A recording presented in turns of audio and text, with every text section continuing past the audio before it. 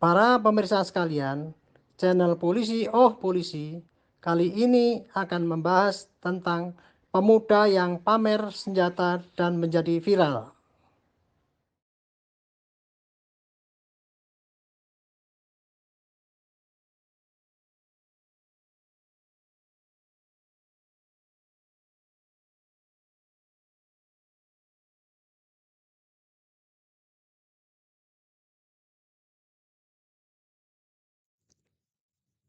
Selamat siang, Mas. Selamat siang, Mas. Selamat Betul. siang, Mas Bekto. Ya, Eh, Barangkali kita perlu memperbincangkan kaitannya dengan viral.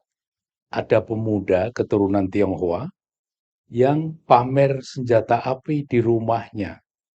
Ini gimana? Menurut Mas Arianto gimana nih? Ya, ini dia itu pamer senjata, tapi kemudian yang viral adalah seakan-akan ada orang yang menyimpan senjata banyak, tetapi kok tidak segera ditindak oleh Polri.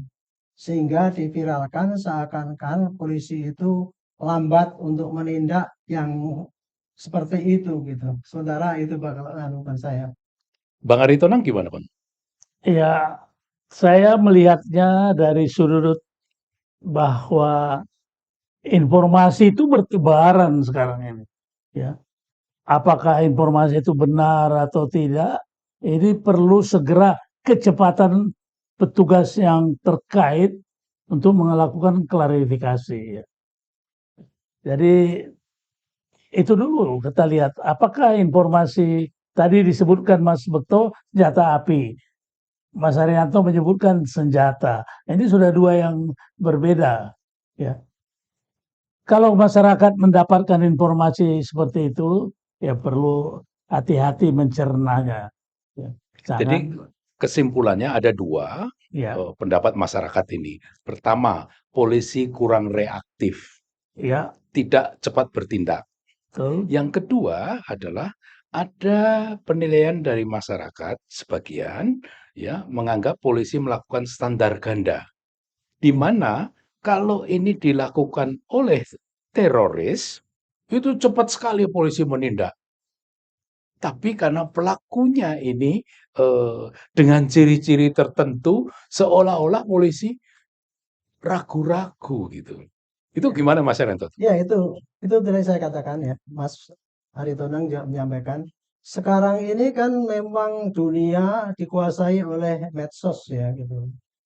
Itu tadi yang seperti Mas Bekto katakan tadi itu ada masyarakat yang menganggap standar ganda, kan ada yang viral juga. Itu polisi kayak gitu, masa orang nyimpen senjata kayak gitu canggih-canggih, kok nggak ditangkap, kok nggak seperti kalau teroris langsung ditangkap gitu kan. Jadi masalahnya adalah gara-gara yang cuman orang pengen ngevlog terkenal karena hobi gitu ya. Tapi kemudian ternyata jadi viral, itu jadi bahan gorengan yang bisa menjadikan simpang siur berita yang di masyarakat. Apalagi sekarang kan ada itu, Pak. Viral bahwa negara kita itu awas loh dengan invasi Cina gitu kan. Itu banyak sekali. Nanti kita kumpulkan slide-slide itu bahwa memang sangat santer itunya. Padahal kan itu belum tentu benar. Nah, konten yang seperti pemuda ini itu jadikan bahan bahwa itu bukti bahwa memang ada bahaya gitu.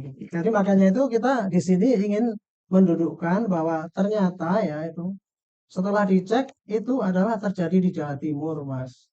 Dan polisi juga sudah menindak, dipanggil dan sebagainya, identitasnya sudah jelas ada. Ternyata senjata itu hanya senjata mainan. Itu. Tapi kan sudah diviralkan itu seakan-akan senjata sungguhan. Dari polisi kok nggak ditindak standar ganda. Kalau ini dilindungi, kalau yang teroris langsung tangkepin. Itu jadi masalahnya jadi yang perlu kita clearkan dalam pembicaraan ini saya kira. Sebagai mantan polisi, kita tuh kan bingung. Itu senjata disebut tuh macamnya banyak sekali. Ada Kalashnikov, ada HK, ada senjata buatan Israel, Israel. atau nama-nama senjata yang kita nggak pernah ngerti gitu. Dan kalau sekilas kan memang canggih itu senjatanya ya. Memang canggih itu tuh. Hmm. Kalau cuman Tetapi memang benar, Mas. Saat ini saya enggak tahu izinnya ya. Beredar senjata mainan yang sangat mirip. Saya melihat mainan anak saya juga ada. Saya mirip, bilang, mirip, "Kau dapat dari mana ini?" Oh, saya beli, bebas beli. bebas. Ya, jadi terkait yang beredar isu ini, kita tentunya berharap kata-kata Mas Arianto tadi responsif. Polri itu harus responsif. Ini sudah suatu keniscayaan kita berada di dunia digital ya. Jadi polisi juga harus menanggapi kalau tidak mau disudutkan seperti tadi diopinikan seolah-olah polisi standar Standar ganda. ganda. Jadi ini harus kecepatan menurut saya. Di samping responsif, petugas Polri khususnya yang bertanggung jawab di bidang informasi, humas misalnya, harus bisa memberikan fakta ya, bukti yang bisa dilihat ya, bisa dilihat bahwa ini bukan hanya betul mainan tapi dibeli di mana, pabrik penjualnya di mana, izinnya itu diperlihatkan sehingga masyarakat bisa memahami informasi itu lebih baik lagi. Ya, itu satu sisi. Fakta-fakta Ya, di dalam medsos seolah-olah seperti itu. Seolah-olah. Tapi di sisi lain kan polisi dituntut bekerja profesional. ya, Bekerja profesional itu harus berdasarkan fakta hukum. betul. Ini fakta hukumnya seolah-olah senjata api, tetapi ini bukan senjata api. Senjata api ada aturannya. Ya, Yang senjata replika atau bukan senjata api atau airsoft gun itu ada aturannya. Ini kan polisi perlu cepat untuk menjelaskan masalah ini. ya. Kalau senjata api, kita sama-sama tahu waktu masih dinas, acuannya kepada Undang-Undang Darurat Nomor 12 Tahun 51. Satu. Ancamannya tinggi sekali itu. Ya, Ya, dan senjata itu yang dimaksud adalah A, B, C, D, dan lain sebagainya. Terus ini kalau senjata replika, senjata bukan sungguhan, itu kan juga ada aturannya. Ya, Seperti misalnya diberitakan seolah-olah senjata itu di bagian larasnya harus dikasih warna tertentu, tapi itu tidak. Jadi jangankan orang awam, kita saja bisa terkejut tidak gitu. tahu. Ya. saya ingat Ya. pernah pistol ya, replika pistol yang sebenarnya dia pemantik. Itu sampai dilarang beredar. Betul, jadi ada aturannya. Kepada masyarakat juga kita harapkan jangan terlalu cepat terpancing berita-berita seperti ini.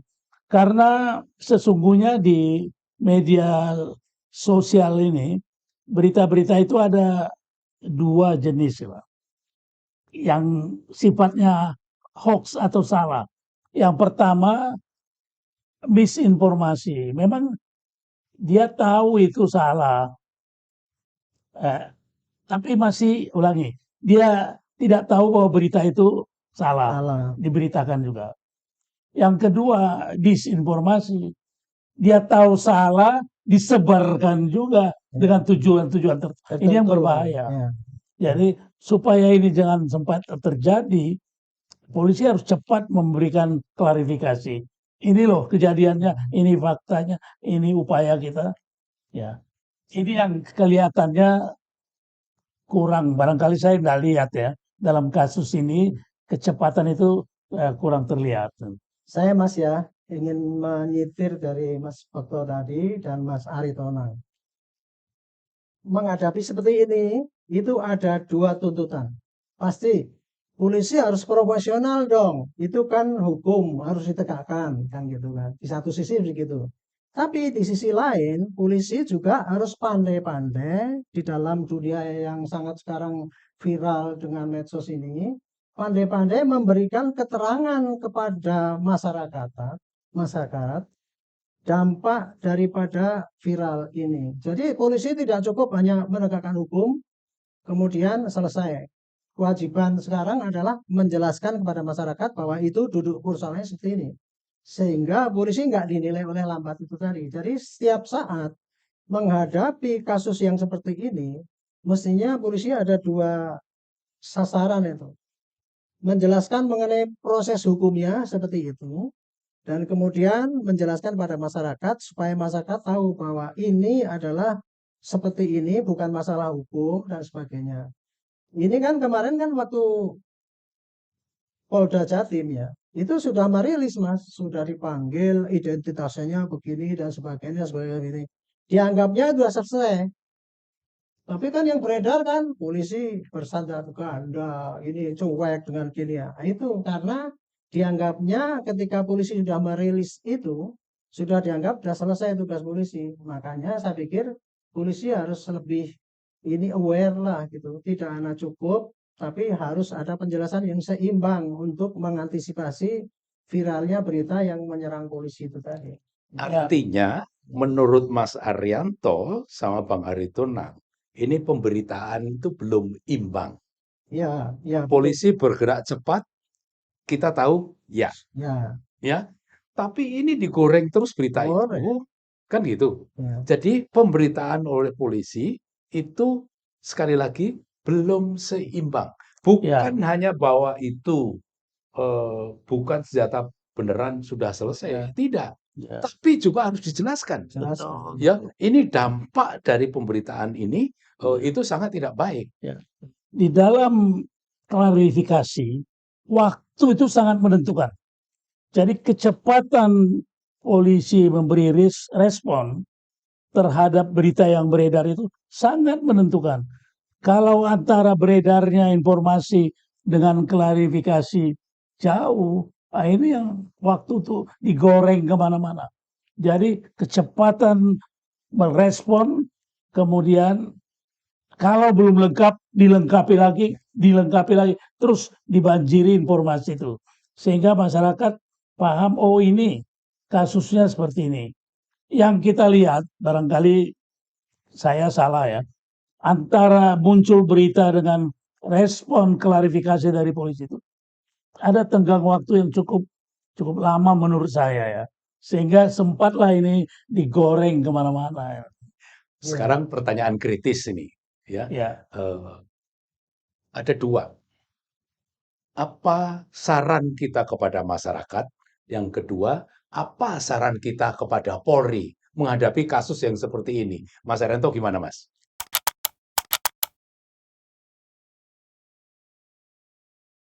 Ya, saran saya tadi, karena ini adalah masalah pemberitahuan yang mudah viral, ya, maka di dalam dunia yang sekarang yang penuh dengan hoax atau berita benar itu, masyarakat nomor satu harus hati-hati benar. Setiap mendapatkan berita yang sangat sensitif, itu jangan langsung kemudian di-forward, di-share, dan sebagainya. Mesti dicek dulu apakah berita ini real atau hoax, gitu kan. Itu untuk meredam, jangan sampai kita menjadi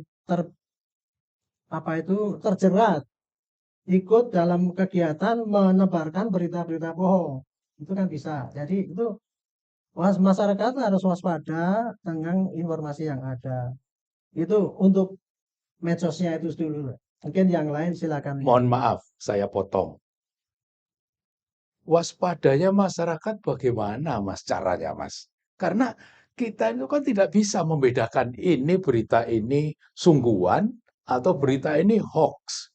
Ini kan ya, dunia medsos ini. barangkali kalau menurut saya masyarakat harus banyak menggunakan logika, ya.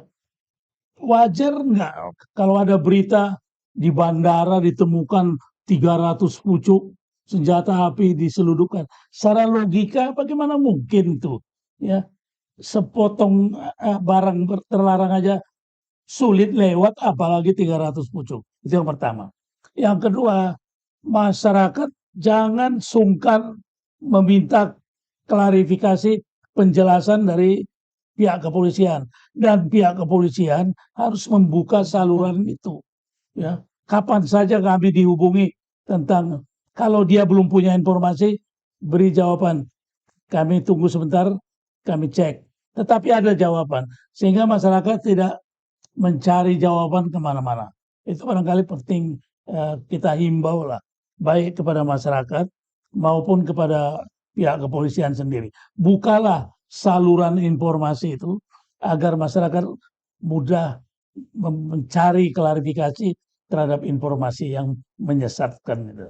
Lah, masyarakat kalau mau mencari klarifikasi itu kepada siapa? Kepada polisinya. Ini kan masalah juga, Mas.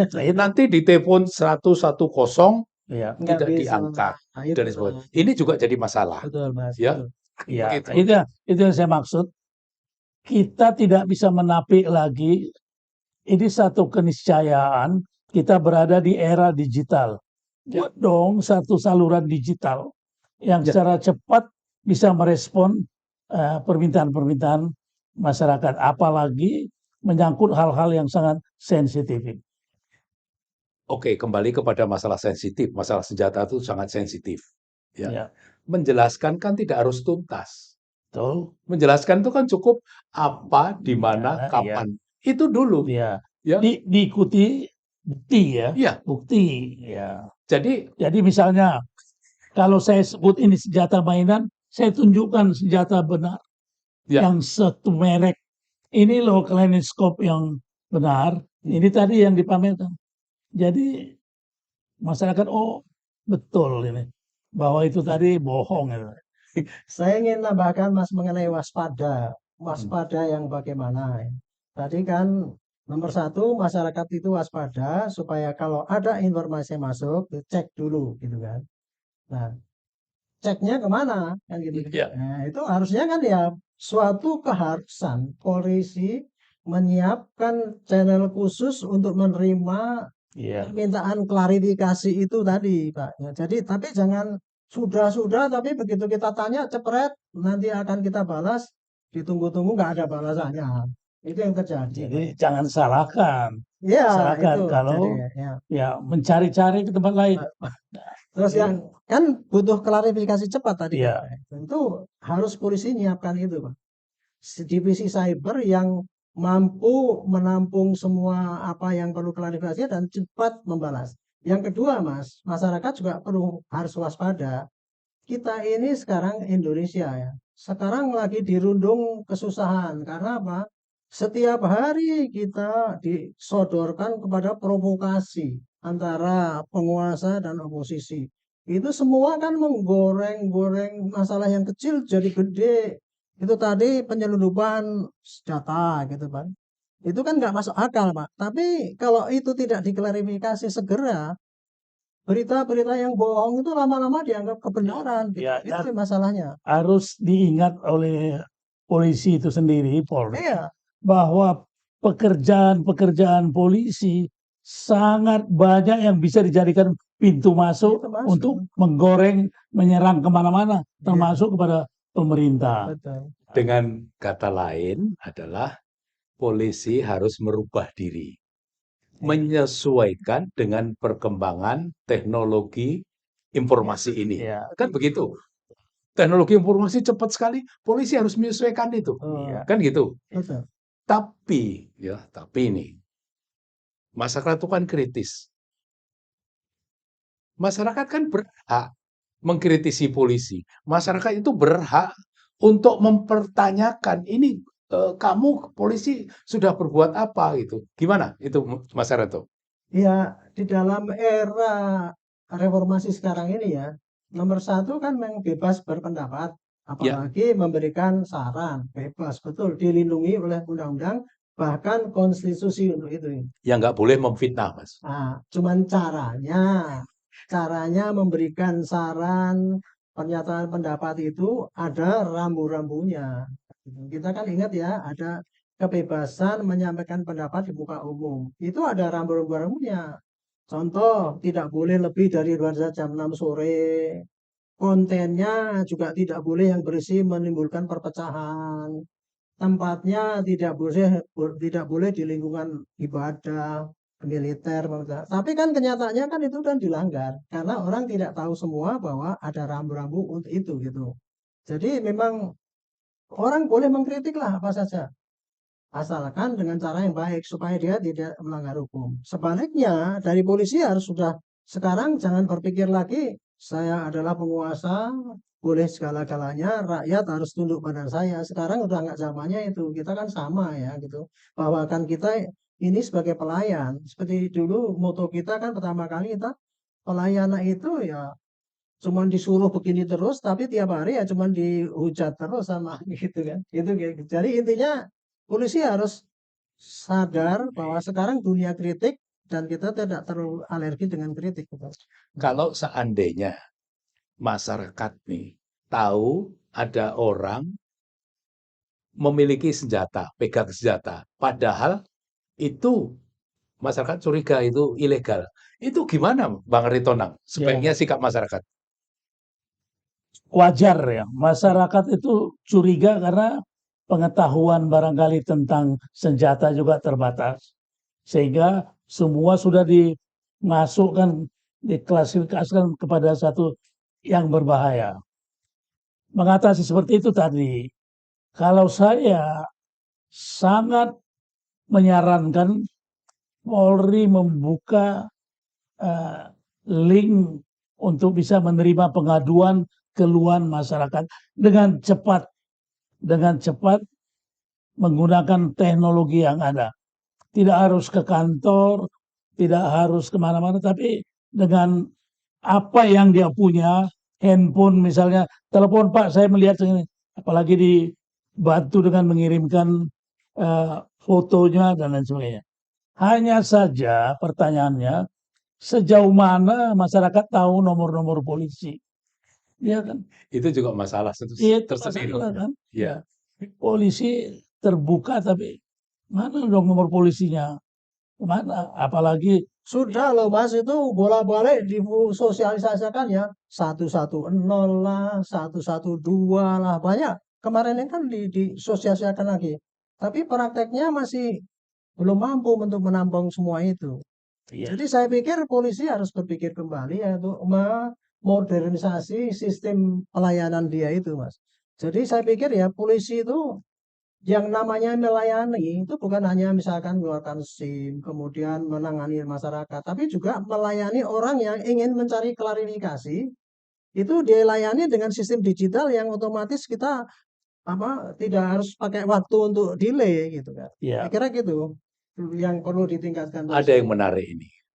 Saya dapat informasi langsung dari Kapolda Jambi. Ya. Kapolda Jambi sudah membuat itu.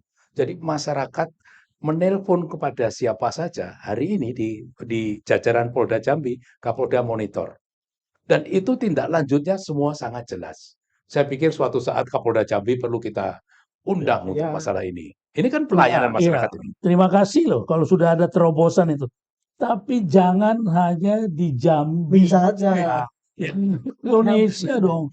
Dari Sabang sampai Merauke, warna pelayanan polisi itu sama. Ya, Ya, itu ya. Jadi Nah, masyarakat bisa betul-betul terayomi, terlindungi, terlayani dengan baik.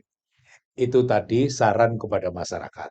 Ya. Sekarang bagaimana sebaiknya polisi? Saran kita ini kepada polisi bagaimana? Ya, khusus terhadap kasus tadi, ya ini yang terakhir lah kejadian seperti itu terlambat, kalaupun terlambat ya.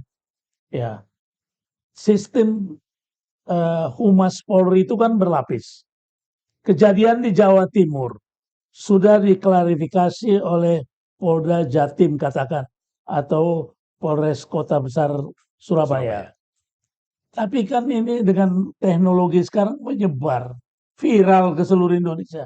Mabes Polri harus segera juga ini menilai, menganalisa setiap kasus, take over juga sehingga informasi atau klarifikasi itu menyeluruh ke seluruh Indonesia atau mengupload yang sudah dibuat oleh Jawa Timur disebar sehingga masyarakat dimanapun dapat informasi. Dengan kata lain, Bang, Ya, ya, nggak tidak semestinya kan nanti dari Mabes Polri ditanya sudah ditangani Polda Jawa ya, Timur. Itu tidak cukup. itu Ya. Atau Iya. tanya ke sana, itu kejadiannya di sana, bahkan nggak. Di era sekarang, era kita dulu mungkin bisa, era sekarang nggak ada alasan karena kita berada pada satu era tidak ada lagi batas-batas wilayah, ya. Ya. Dengan teknologi tidak ada lagi batas-batas wilayah. Itu tadi Mas saya ingin menegaskan kembali ya bahwa klarifikasi polisi itu tidak cukup ada kasus klarifikasi selesai. Karena ini bisa muncul lagi di suatu saat nanti. Jadi kontinuitas daripada klarifikasi itu Pak harus dipertahankan. Itu untuk menghadapi kalau kan sering kan viral sekarang 5 tahun kemudian muncul lagi. Sementara klarifikasinya tidak termunculkan. Jadi seakan-akan kan kayak gitulah gitu kan gitu. Makanya itu kalau tadi ditanya saran pada polisi, nomor satu begitu ada isu yang sensitif itu polisi cepat bekerja. Nomor satu antisipasi kepada isu itu klarifikasi. Yang kedua ya tindakan cepat sesuai dengan profesionalisme itu tadi dari sudut hukum seperti apa beberkan pada masyarakat dan itu berulang-ulang berkelanjutan itu adalah risiko daripada polisi Pak untuk Ya. sekarang ini. Satu lagi Mas, pada prinsipnya semua anggota Polri adalah petugas humas Polri. Siapapun bisa memberikan penjelasan asal menggunakan sumber data atau informasi yang sama. Jadi ini harus dibangun oleh Polri. Bagaimana anggota juga tahu apa yang terjadi, bisa menjadi juru bicara Polri terhadap hal-hal yang prinsip. Paling tidak terhadap 3 hal. Apa yang terjadi, di mana terjadi, Kapan? seperti apa, kapan terjadi. Paling tidak begitu. Sehingga tidak masyarakat harus cari-cari kemana-mana. Gitu barangkali maksudnya. Dengan kata lain, bahwa klarifikasi itu tidak cukup hanya diberikan oleh divisi humas. Betul, ya. Ya, ini menjawab perubahan kemajuan teknologi informasi kan. Jadi harus setiap saat tersedia gitu. Ya. Yang penting beritanya benar. Ya, Polisi sumber bekerja, beritanya ya. ya berdasarkan fakta. Pertanyaan saya berikutnya, ini senjata benar, ini senjata pura-pura. Ya. Polisi kan punya ahli-ahli balistik. Gimana nih memanfaatkan ahli balistik? Sepertinya kok belum banyak dimanfaatkan tuh ahli balistik Polri itu. Ya sejauh ini kan sosialisasi mengenai kemampuan polisi di bidang balistik itu sendiri juga menurut saya sih ya belum begitu apa terlalu tenar gitu lah. Jangankan di masyarakat, di lingkungan polisi sendiri kan masih terbatas. Nah berkaitan dengan seperti ini kesempatan bagus untuk menampilkan ini balistik kita, ini kemampuannya bisa membedakan senjata yang tiruan seperti ini sambil memberikan edukasi kepada masyarakat. Ciri-cirinya disampaikan. Ciri-cirinya senjata seperti ini, berbahayanya seperti ini gitu. Saya pikir itu yang mumpung ada kayak gini, semua kejadian jadikan manfaat untuk melakukan inovasi gitu. Ya, kita sudah 10 tahun lebih pensiun. Ya. Ya, banyak perubahan yang terjadi. Tapi ini kan perlu penjelasan ya. Yang ini senjata asli itu ancamannya ini, ciri-cirinya ini yang senjata tiruan itu ancamannya. Karena semua senjata itu ya asli maupun tiruan semuanya bisa dipakai untuk melakukan kejahatan loh. Ya. Salah satu syarat respon yang profesional bertanggung jawab adalah didukung oleh fakta dan data. Itu salah satu syarat mutlak itu. Ya. Jadi kalau kita memberikan penjelasan, polisi memberikan penjelasan, ini ahli balistiknya, ini contohnya, ini buatan pabriknya. Itu harus segera ada yang melakukan katakanlah penelitian tentang itu secepatnya. Saya yakin di divisi humas sekarang sudah ada badan-badan itu. Ada yang katakanlah bagian yang menyampaikan ke masyarakat, ada yang melakukan riset cepat terhadap informasi ini. Sehingga apa yang disampaikan itu bisa dipertanggungjawabkan. Masyarakat butuh sesuatu yang secara kasat mata mereka bisa melihat penjelasan itu ada fakta yang mendukung.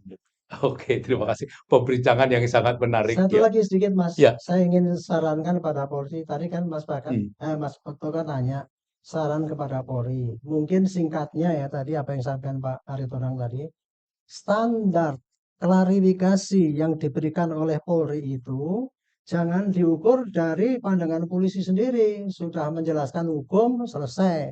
Tetapi standarnya harus seandainya saya itu jadi masyarakat, apakah penjelasan ini udah cukup gitu. Jadi kayak kalau kita pelayanan kan ada SOP. Kalau ini klarifikasi harus ada standar Mas supaya klarifikasi yang bagaimana itu bisa menerangkan masyarakat, bisa menetralisir viral dan sebagainya. Saya kira itu yang perlu Setuju ditambahkan. Mas. Ya, menarik sekali. Karena perkembangan undang-undang juga berbeda lagi. Betul, ya. Undang-undang